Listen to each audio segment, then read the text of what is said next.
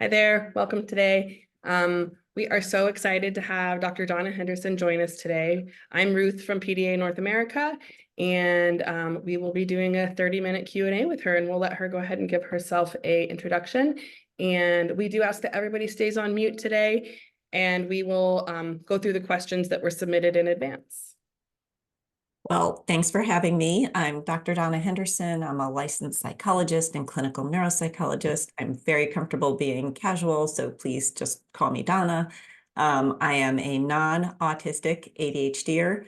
I have several immediate family members who are autistic, including one who is a PDAer. So I have an interest in this personally and professionally, and I'm super grateful to PDA North America, because trying to do this work before you guys existed was near about impossible, and you've made it so much easier. So really happy to be here. Oh, that's wonderful. Thank you so much. And if you haven't seen, Donna did do an incredible webinar with us last, I want to say it was, I can't even remember when it was, maybe about a year ago, that we have on our website on the webinars section in the support shop. And it's one of my favorite webinars today. So I highly recommend checking it out. Especially, I think the focus was on, is my PDA autistic? And she does an incredible job with that one. So 10 out of 10 recommend, and we will go ahead and get started.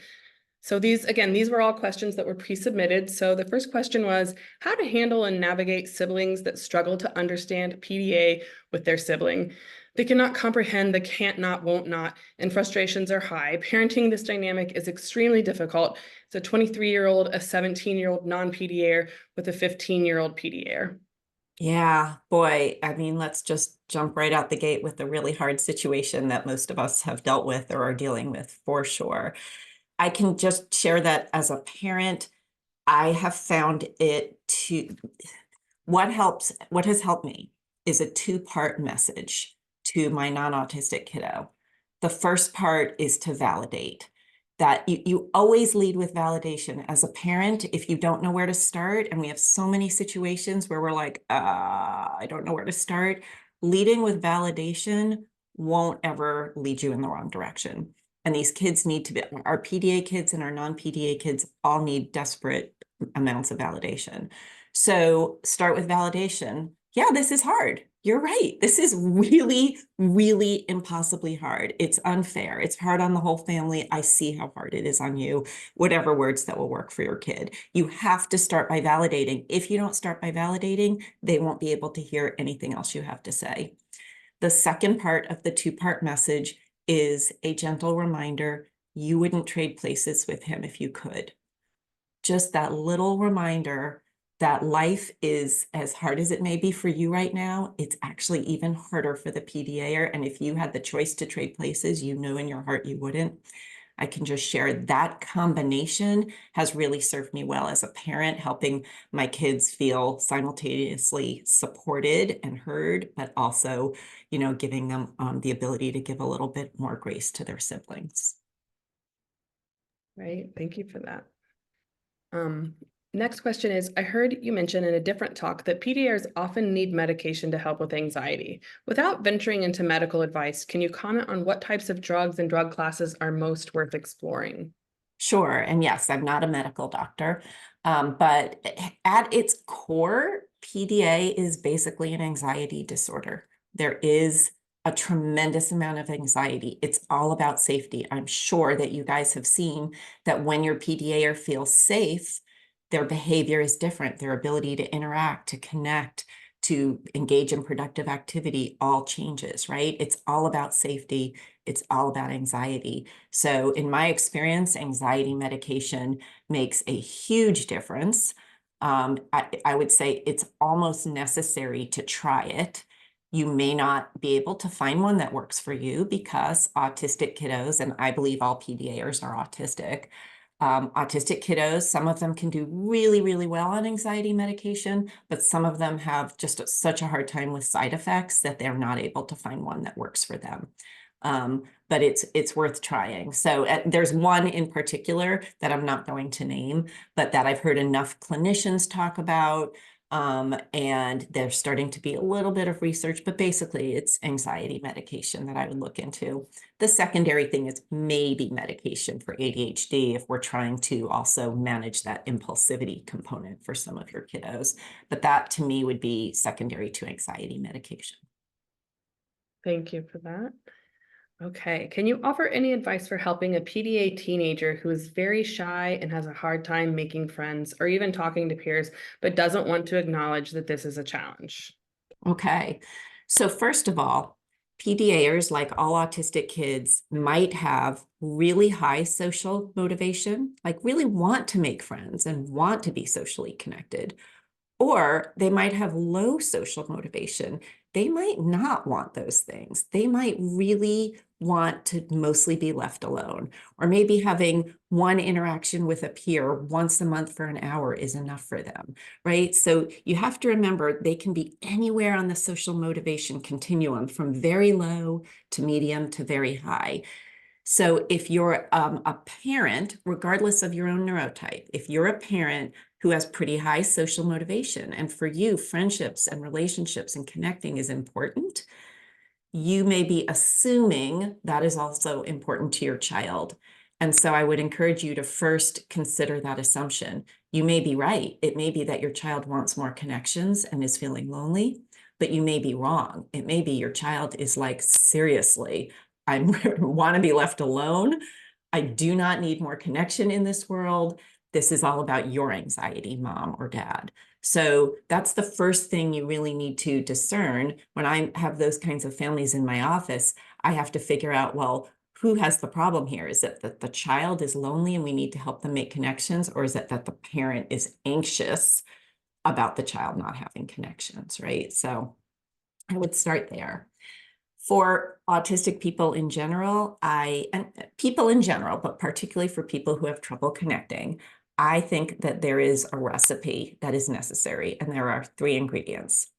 The first is seeing the same people over time.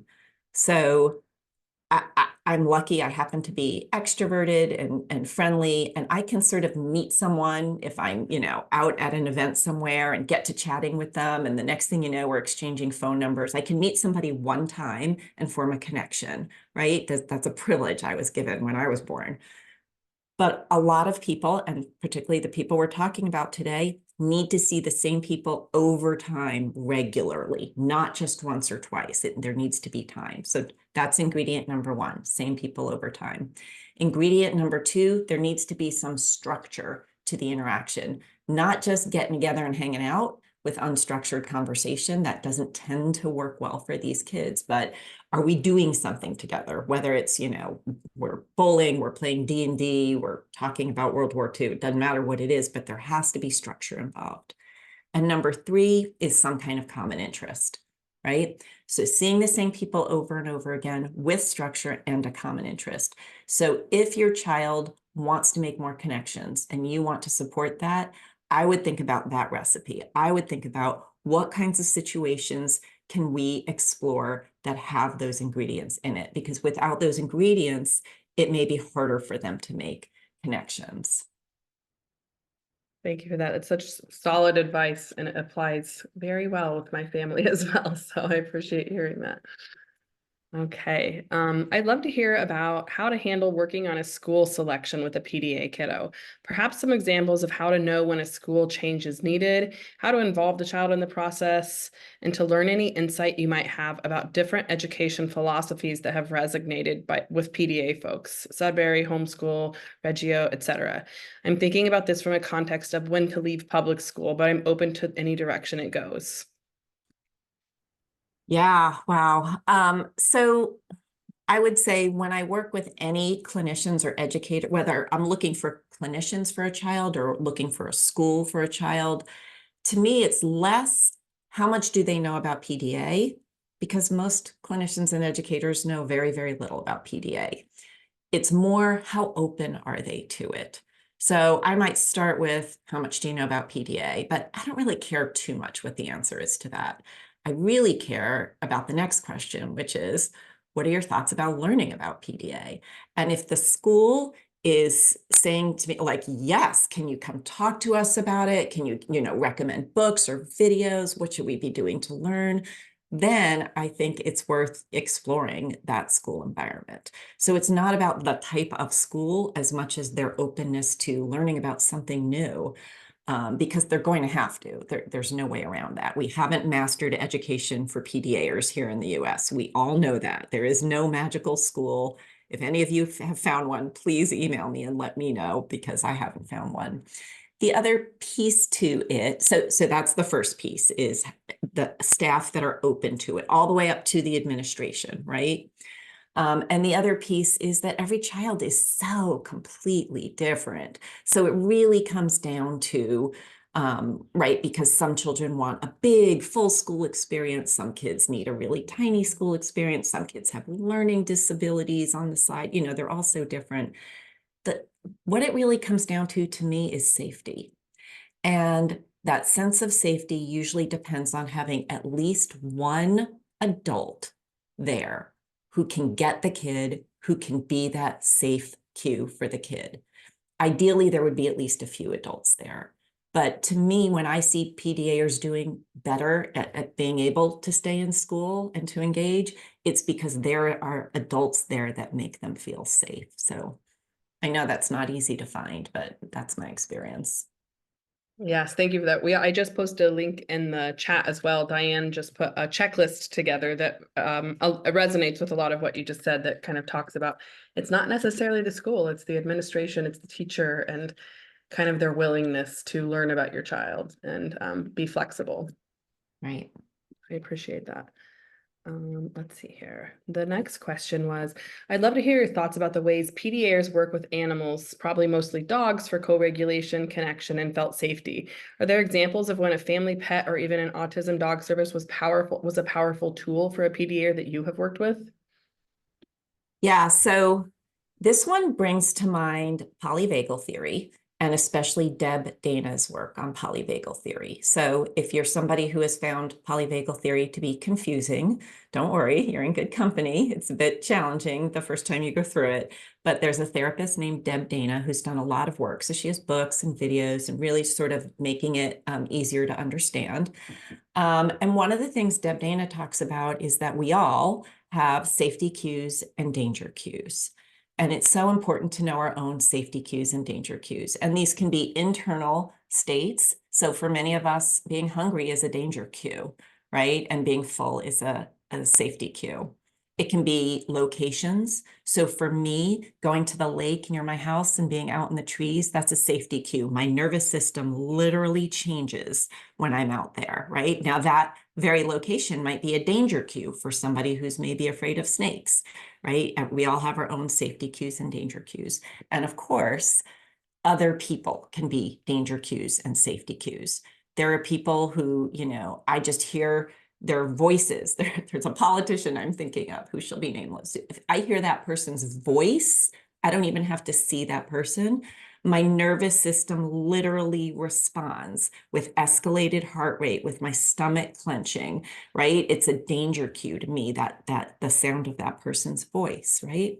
So we all need to try to have more safety cues. And so for PDAers, they tend to have a lot of danger cues, right? More danger cues than most people. They may be low on safety cues, and a pet is a great way to give them a safety cue that is very reliable, always there, stable, predictable, hopefully controllable if you have, a well-trained pet. Doesn't have to be a dog. It can't be a reptile. If we're talking about co-regulation, it needs to be a mammal, but it can be a hamster, a gerbil. Rats are, I can't have a rat in my house because I have a mental block with it, but everybody who has rats tell me they make phenomenal cuddly pets, great for co-regulation. So if a dog is too much for you, that's okay. It can be a much smaller mammal, but it has to be a mammal. And it's helpful for any kid, but especially for a PDAer who's having trouble meeting their co-regulation needs. We all have co-regulation needs. But some PDAers have such high co-regulation needs. Like, I think this is why so many of them have separation anxiety. They just need constant co-regulation. And when they find their adult, like maybe it's their mom, who provides that co-regulation, it's really hard for them to be away from her, right? Because of that co-regulation she's providing. So maybe they have really high needs, or maybe there just aren't enough humans that are safe and accessible for them. Like, so for me, I got all freaked out this morning because my computer crashed hard, and I had a mini meltdown. And my husband's a safety cue. He heard me flipping out, and he came in and calmed me down. If he wasn't home, I have other options. I have friends and family and coworkers. I have so many safety cues in my life, so I'm not dependent on one person. But if you're somebody who only has one or two people who are safety cues for you, you're limited. And if they're not available, that animal can make a really, really big difference. Thank you so much. You actually reminded me, PDA Mama Bear, Sandra McConnell, who we work with quite often, has, I want to say, like 15 plus pet rats that her whole family uses to co-regulate, which I think I found so interesting. So it was good to hear you say that as well. Okay, what is the best way to get a private neuropsychologist to test and assess for high masking PDA kids who need autism diagnosis or a school IEP? Our kids are in loving, low demand home and automatically mask and use skills with others. I'm worried their true executive functioning and sensory needs, as well as their PDA behaviors, will not be present during testing, and they are often not during school. Their needs are only visible after school or in the AM or on the weekends, and we provide so much co-regulation and scaffolding. We are giving full parent report and interview, and thanks so much. Wow. Well, first of all, your kids are really, really lucky to have you, whoever wrote that. You get your kids. It's a really common fear when people come to see me, whether they think their child has ADHD or autism, but especially PDA. Even though they know how I feel about PDA and how sensitive I am to it, they still have tremendous anxiety that I won't see it for myself, and so I won't diagnose it, or, we don't technically diagnose it, but I don't officially document it. I get that fear. So I would say two things. One is choose your clinician very, very, very carefully. Same thing I said before about the school. It doesn't matter to me that much if they've never heard of PDA. Are they open to it? How are they open to it? Are they willing to do a consult with someone at PDA North America, or with me or another psychologist who offers consults to other clinicians? Are they willing to read books? Do they show genuine curiosity when you bring it up? You can ask them, do you diagnose oppositional defiant disorder ever, and under what circumstances? Because I personally would never diagnose oppositional defiant disorder, and a lot of PDAers get slapped with that diagnosis. It is simply a list of bad behaviors. It does not tell you what's going on with the child's nervous system. It does not guide intervention. It does not guide support. So if a psychologist says, oh yeah, like that's a legitimate diagnosis and I regularly use it, I'm not saying that's a bad psychologist, but it's probably not a great match for you. So you want to try to find someone who's open to it. Definitely, one of the many wonderful things about PDA North America is you guys now have this provider directory, which started with like 5 of us on there, and now it's got so many people by state. So it's so much easier to find somebody. What I do when I'm looking for PDA in a neuropsych is I literally use the core features that are put forth by the PDA Society in the UK. There's very specific core features, and I literally am going to go through and document how the child meets those. So I would encourage you to familiarize yourself with those core features. I have an online video that runs through them. It'll be up on my website also by the end of this week. Or you can just go to the PDA Society in the UK. I'm sure it's somewhere on their website, and understand those features. And then as a parent, you can document that for the psychologist who's doing your testing, make their job easy for them. That's really wise. Thank you for that. I have a follow-up question to that. So we at PDA North America, we often get questions from people when we got someone this week from Nebraska that there's nobody on our provider list from Nebraska yet. So if they were to find a clinician in Nebraska that was open to learning, does that mean that they could hire you to consult with that clinician then? Yes, and I do this regularly, and I do have to charge for it because it's enough of my time now. Well, at first I didn't because it was an occasional call, but I charge half of my hourly rate when I'm working with other clinicians, so to make it manageable for them. And usually we can get through it in an hour. So I don't want people to think it's like I'm getting involved in the whole evaluation and charging thousands of dollars and inserting myself. It's truly guiding this other clinician to what they're seeing, what to ask, how to explain things. It's a really efficient way to move the process along, I think. Wonderful. That's such a great resource to know about. So okay, so our next question is, my son is 20 years old and I believe that he has PDA. I would like to share information about PDA with him, and I'm wondering if you might have suggestions on how I might approach the difficult topic. My hope is he might choose to explore it and get assessed, but he tends to be very reactive and avoidant when offered new information. Okay, so whenever we're talking with a PDAer, we know the words we use are really important. So I think you have PDA, probably not the best way to go. You probably already know that. Being a little more wondering, I learned about this thing, made me think about you, disengage.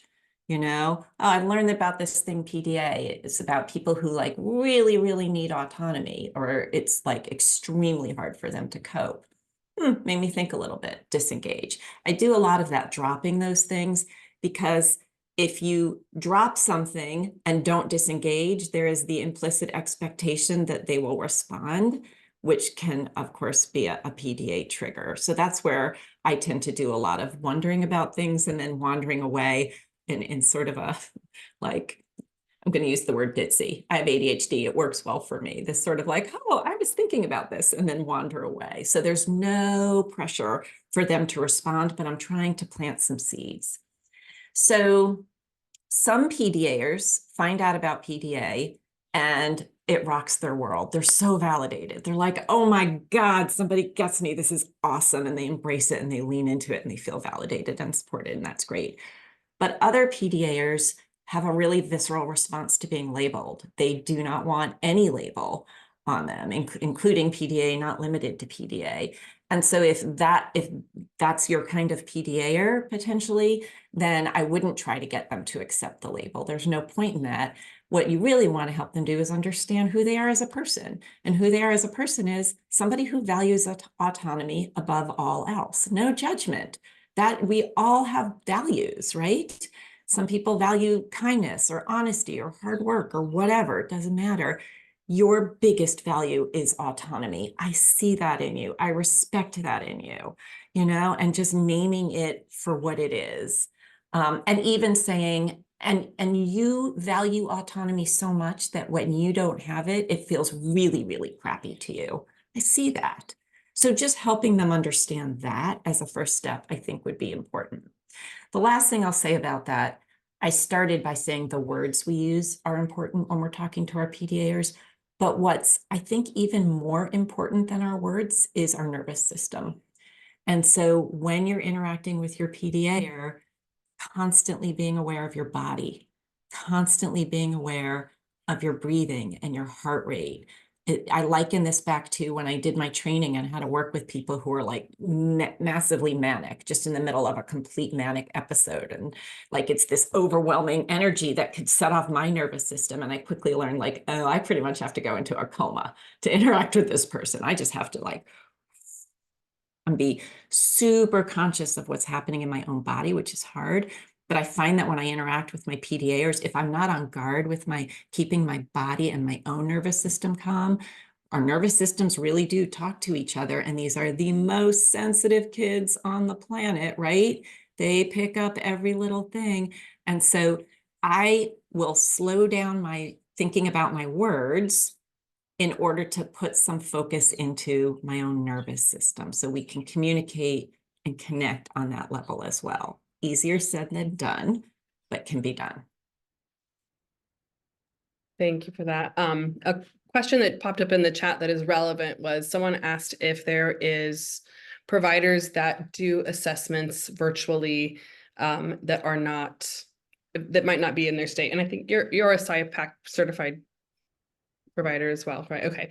So I don't know if you want to quickly speak to that and kind of what that So looks like. SIPAC is just for clinical psychologists. It's not for psychiatrists or social workers, but hopefully they will follow shortly. And it means we can work across state lines. You can look at the SIPAC map, just go to, SIPAC, PSY, PACT. There's about 40 states in it already, so it's a lot.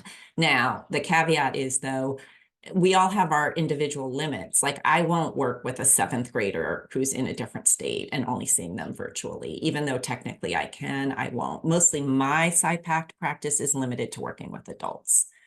And that's a personal choice, but that is an option for some people. Yes, and our provider list does have a whole section of SIPAC providers. So I can drop the link for that in the chat as well. So everybody can check that out if you have not seen it.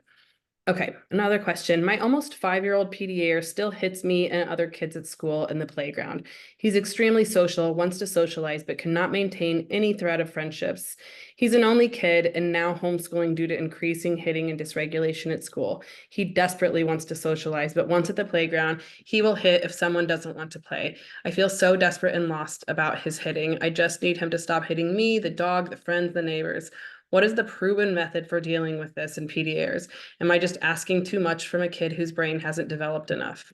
Please help. Oh my goodness. I feel your anxiety. I feel your desperation. I can feel it through your words. And I'm also sure that this is a parallel process. This is exactly what your son is feeling in those moments. So when you tune in to that desperation, and whether it makes you want to cry or scream or yell or curse or just curl up in a ball on the floor of your closet, that is what your child is feeling in those moments too. And with his little 5-year-old brain and body, he has just no ability to cope with those huge emotions. So there is no proven method. You asked if there's some proven method, and I think you already know the answer to that. There isn't. There's going to be a lot of trial and error, and it is going to take time. I don't know why I say this, but I do feel like it will get better. I think it's important to have hope. I've just had so many parenting times when I thought, like, oh, there's no way this is ever going to get better. And I can tell you now, my kids are 25, 23, 21. Things do get better. New problems come up, of course, right? It's a bit of a whack-a-mole, but things do get better. So keep some hope. One thing you could try is to find some alternate thing for him to do in those moments. If we're going to think of it as fight or flight, he's hitting. So think of it as going into fight mode. In fight mode, telling somebody not to do anything is pointless. So pretend you're out for a walk in the savannah. A tiger comes up to you, you go into fight or flight mode, in that mode, and the tiger's about to come at you. If I tell you, just take a deep breath, just calm down, that's not going to work. You need to physically do something. Your body is flooded with adrenaline and cortisol and needs to either fight the tiger or run away. It needs to take action. So in those moments, physical action is necessary. So one thing you could try is helping him buy some special, maybe a drum or something that he can hit really hard. Maybe it makes a satisfying noise. Maybe it has a good feel. Obviously, from a sensory point of view, it will have to appeal to him. And trying that as an option, that he always has it with him. And when he wants to do that, when he gets the urge to hit, that's what he hits. And he can bash away on it as much as he wants. Is that fabulous behavior? No. But is it a lot better than hitting a person and a step in the right direction? Yes. So it would be something that may be worth a try. The other thing, and this is maybe not going to be something you want to hear, but again, anxiety medication may be helpful to buy him a little bit of grace in lowering the intensity of his feelings, giving him that moment to consider his responses a little bit when maybe he won't be in full-on fight or flight. It might be something to consider. Yeah, thank you for that. I can also speak from lived experience. My son is almost 5, was the same boat, and doctors were throwing different behavioral medications at him, and then we tried a little anxiety medication, and it has helped tremendously. So Okay, our last question is, how can we help schools, professionals, psychologists, and other professionals start to understand PDA and not feel so threatened by it? How can parents protect themselves being seen as crazy by such professionals while still advocating appropriately for their children? This breaks my heart. I mean, first of all, you're not crazy. PDA is real. You are on the forefront. You know more than so many clinicians and most educators probably about PDA. So your children are all really, really lucky to have you. If anybody makes you feel crazy, and they will, because PDA parents get blamed and shamed all the time. You guys get traumatized and blamed and shamed constantly. I see it every day. You need to have that place inside of you where you can separate, this is that person's issue. They are not right about me. You need to have your people that you can call. And I really hope that you have a local PDA support group. We have one around here in the DMV, the DC, Maryland, Virginia area for PDA parents. And I think it's a godsend to just have other parents you can call and just say, can you believe what the school said to me today? And just vent when you need to vent and get that support. You can't walk this path alone. You need other PDA parents to be there with you. So if you're not in a support group, get in one, start one in your area. You know, we just started one like a year or two ago, and it just grew like gangbusters. So I would say that. As far as the professionals, what I've learned is I put them into two categories, the ones who are open to learning and the ones who aren't. And the ones who aren't open into learning, I do not waste my time on. We all have very limited time and energy. And if somebody signals to me that they are not open to it, I just say, thank you very much. See ya. And that's it. That's the end of our relationship. You can't always do that, right? If it's the principal of your school or whatever. But I wouldn't waste my time and energy. However, if they signal, okay, I'm curious, I'm open to learning, then I will buy them a book. I will send them videos. Do whatever it is I have to do to help them learn. And people are learning. And I mean, from somebody who's been doing this professionally for, I don't know, 6 years maybe, it's a completely different world than it was 6 years ago. 6 years ago, I felt like I was all by myself. If I found one other provider who knew PDA, it was like a miracle. And now they're everywhere. And there's so much interest. I get podcast requests and, speaking requests. There's so much interest in my field. So take heart. It really is getting better. It's times like this you have to take the long view. And I mean that about PDA in general, but also about your own child's development. If you just take the short view, it's easy to feel very discouraged and hopeless. But if you take the long view and think, but where were we a year ago? Where were we 5 years ago? Then it's easy to see, actually, he's doing a lot better now. And we are doing a lot better now. And that can give you some hope. Thank you so much, Donna. I just added also in the chat that we did just launch a whole bunch of new PDA peer support groups. So I know there are still some that are not full, and we also are always looking to start more. So to be a facilitator of a support group, you do not have to be an expert. You can just be a parent. You can be somebody that is involved with PDA in some capacity and just looking to support others. And you don't have to be a leader by, you really can just be someone that is kind of helping facilitate the group, and we're happy to train anybody. So love the idea of starting more regional groups as well. So people have people in their area. Even if we just I'm from Indiana, if we said there was an Indiana support group starting, I'm sure at least 1 or 2 people would join, and then it would grow over time. So there is a section on our website for that as well. There's Erica, you can email if you're interested in starting one. And Donna, we thank you so, so much for your time today. Thank you so much for your wisdom. I just posted another link where people can find this video. Hopefully by end of day tomorrow, I'll have it posted. And we look forward to working with you again in the future, Donna. Thank you so much.